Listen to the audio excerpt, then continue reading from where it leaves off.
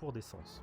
Et vous n'avez pas croisé de station-service depuis un moment maintenant. La vallée de Red Bluff n'est pas spécialement accueillante. Vous avez l'impression que le soleil bombarde la région au lance-flammes. Vous pouvez voir des carcasses rouillées qui jonchent les champs jaunis autour de la nationale. Sur un terrain poussiéreux, on a édifié une idole à l'effigie d'un grotesque sanglier de paille, comme une sorte de totem primitif. Vous vous rapprochez de la petite ville de Angeles. Euh, du coup, je tape un petit peu sur à côté sur la ferraille, quoi, le hangar, pour signaler notre présence et dire excusez-moi. Je vois que les hommes, il y en a qui sont vraiment de bon poids. Hein. Putain, ils sont très très corpulents. Ouais, et qu'est-ce que vous voulez les gens? Moi, je suis pas très rassurée, alors du coup, je me cache un peu derrière William. Je vais faire de même. William, il est sans peur, lui. On cherche, on aimerait bien mettre un petit peu d'essence là. On n'a presque plus rien. Ça serait possible de faire le plein? Ouais, eh bien, j'arrive, attendez. Tu vois, le gars, quoi, c'est une sorte d'Américain un peu attardé, un vieil adolescent, un peu foufou, quoi, on va dire. Il est un peu la bougeotte. Il est tout dégueulasse, il a son bleu de travail qui est vraiment tout pourri. Et il n'arrête pas, tu vois, il arrête pas de se mettre du cambouis dans les cheveux. Il est un peu rougeau, comme s'il il abusait de la bouteille, puis il s'approche de vous et tu vois qu'il regarde les filles d'une manière vraiment sans gêne, quoi. Eh bien, il y a de la belle carrosserie, dites-moi. C'est à vous tout ça? Vous pourriez partager. Tu vois, il tape le coude comme ça. Moi, vous savez, je partage pas. Ce qui est à moi est à moi. Hein. Ouais. Il dit ça avec un grand sourire, mais pas mon cœur, mais voilà quoi.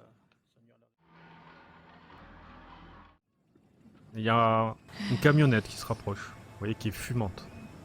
Grosse camionnette. Elle a des espèces de cornes devant, comme des défenses de sanglier. Et elle se rapproche de vous et elle commence à se garer juste derrière vous. Elle s'arrête. Ah. Et vous entendez klaxonner. Il y a une personne dedans avec un chapeau. Du coup, quand même, je fais signe aux filles de rester un peu à l'arrière parce que je sais pas trop comment les gens ils sont ici, mais s'ils sont comme les autres, je suis pas spécialement confiant. Je m'approche en levant les mains de manière amicale, en levant la main droite, un signe de salut devant le mec là. Ouais. Je m'approche de la voiture. En fait, tu t'approches, tu arrives à 5 mètres de la voiture et la voiture avance. Il avance de 5 mètres et s'arrête. Dans ma tête, je me dis, mais c'est des barges ici ou quoi là? C'est quoi ce bled? Il continue à avancer, la voiture avance. T'arrives pas à la rattraper, il continue à avancer et il s'arrête. Ah, il avance, il reprend la route en fait, il Ouais. continue à Et avancer. après il s'arrête. Ok, moi je rejoins William pour pas rester toute seule du côté à côté du jeune, et je dis à Esther, viens. J'arrive, ok. Mais du coup, je m'arrête, je vais pas faire ça. Je leur dis aux filles. Au bout d'un moment, à partir du moment où t'as compris, tu vois que commence à faire patiner les roues, quoi. T'as toute la fumée qui... Ça vous aveugle et vous l'entendez crier. Hi-ha! Et puis il s'en va. C'est que des barjots ici, putain. Oh, c'est connard, là, ce bled. Et là, tu vois, Et,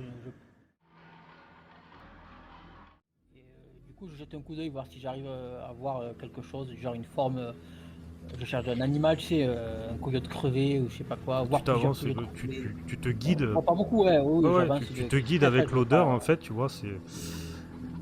En fait, ouais, il y a quelques talus. Vous allez avec lui ou il est tout seul, en fait?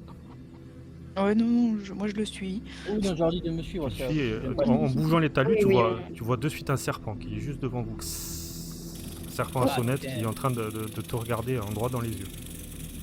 Bah, tu sais, je mets un coup de pied, mais pas sur le serpent, mais sur la poussière devant, tu sais, pour le faire dégager là.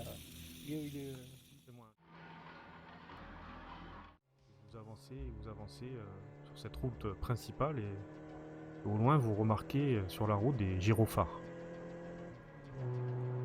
Devant Assez nous? loin. Devant vous. C'est certainement le shérif.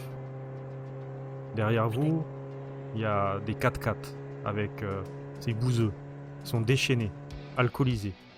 Ils sont à votre poursuite, décidés à en découdre. Vous devez fuir pour sauvegarder vos vies. Dans la Plymouth de police que vous avez volée, vous entendez les voix du shérif et de ses adjoints. Ils sont en train de discuter. Shérif Dalloway! Shérif Dalloway! Ici la Joss Torbin! Les jeunes qu'on a mis en cage là, ils se sont barrés! Ils ont volé une des voitures de patrouille et ont blessé des habitants, ainsi que l'adjoint Poniewtowicz. Ils l'ont matraqué, je crois qu'il est mort. Et d'après les habitants, ils ont pris la direction de Dallas.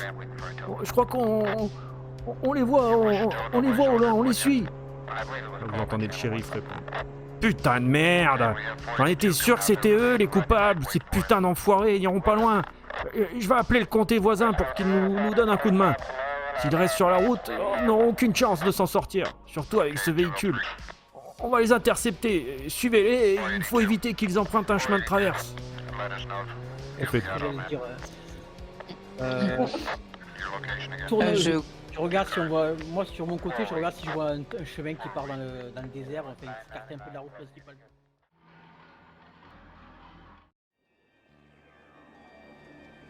Je vais vous mettre derrière. En sortant, vous entendez comme des cris.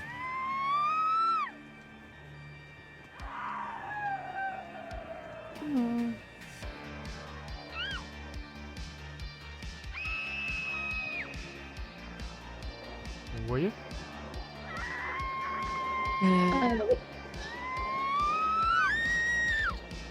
Ok, d'accord.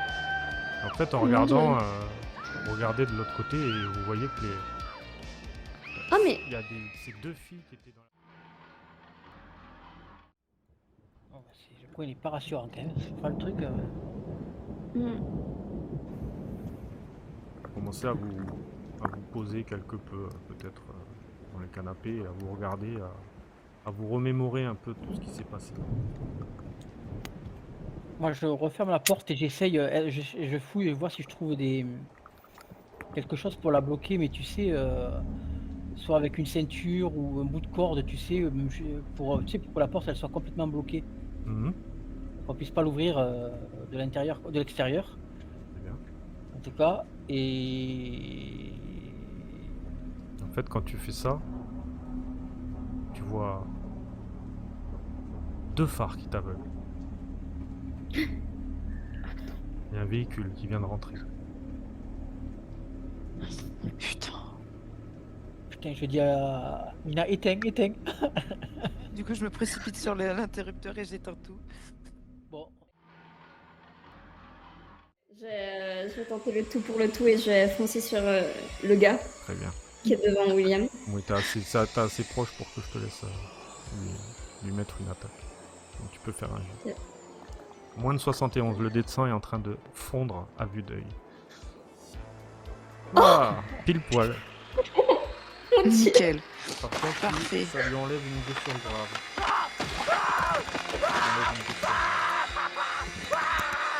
Quand tu tailles au niveau du bras, il y a le sang qui gicle dans la pièce comme ça. Ah, ça lui enlève un bout de chair comme ça qui reste accroché au bras en fait. Et en fait, tu vois limite l'os comme ça, et ça lui fait lâcher son hachette et il se tient comme ça, le bras, il te regarde.